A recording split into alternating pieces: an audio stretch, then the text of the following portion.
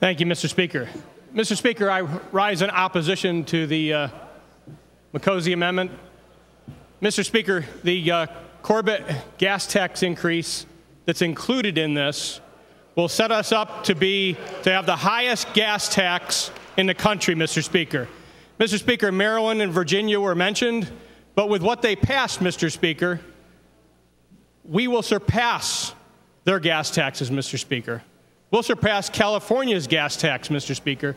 Mr. Speaker, if everyone here has a conscience and you'll pay attention to your conscience, then I ask you to do what's right for the taxpayers of this state, Mr. Speaker.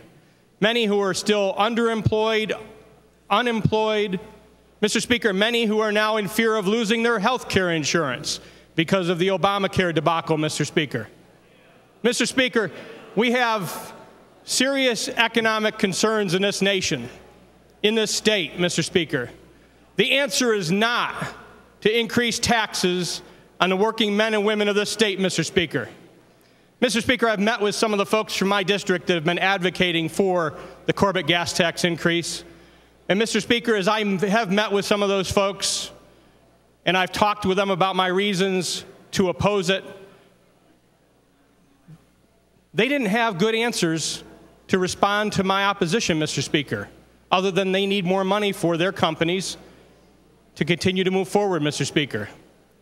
Mr. Speaker, we should prioritize spending at the state capitol to address the needs of this Commonwealth. Prioritize, reprioritize our spending, Mr. Speaker.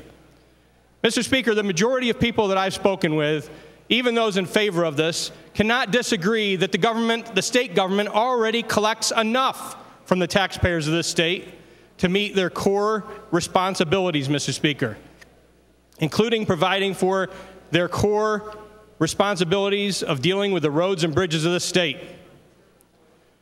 Mr. Speaker, the majority of my constituents don't support hundreds of millions of dollars going to mass transit, in addition to what's already going there.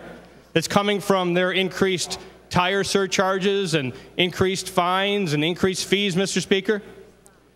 Mr. Speaker, the $2 billion that will come from this gas tax increase, Mr. Speaker, is going to harm this economy, not help it. There's folks sitting up in the balcony who have been here today to advocate for this. Certainly some of their companies will benefit from it, and some of their employees. But the masses across this state will be harmed by a $2 billion tax increase, Mr. Speaker. I rise in opposition to the Corbett gas tax increase and ask for a no vote.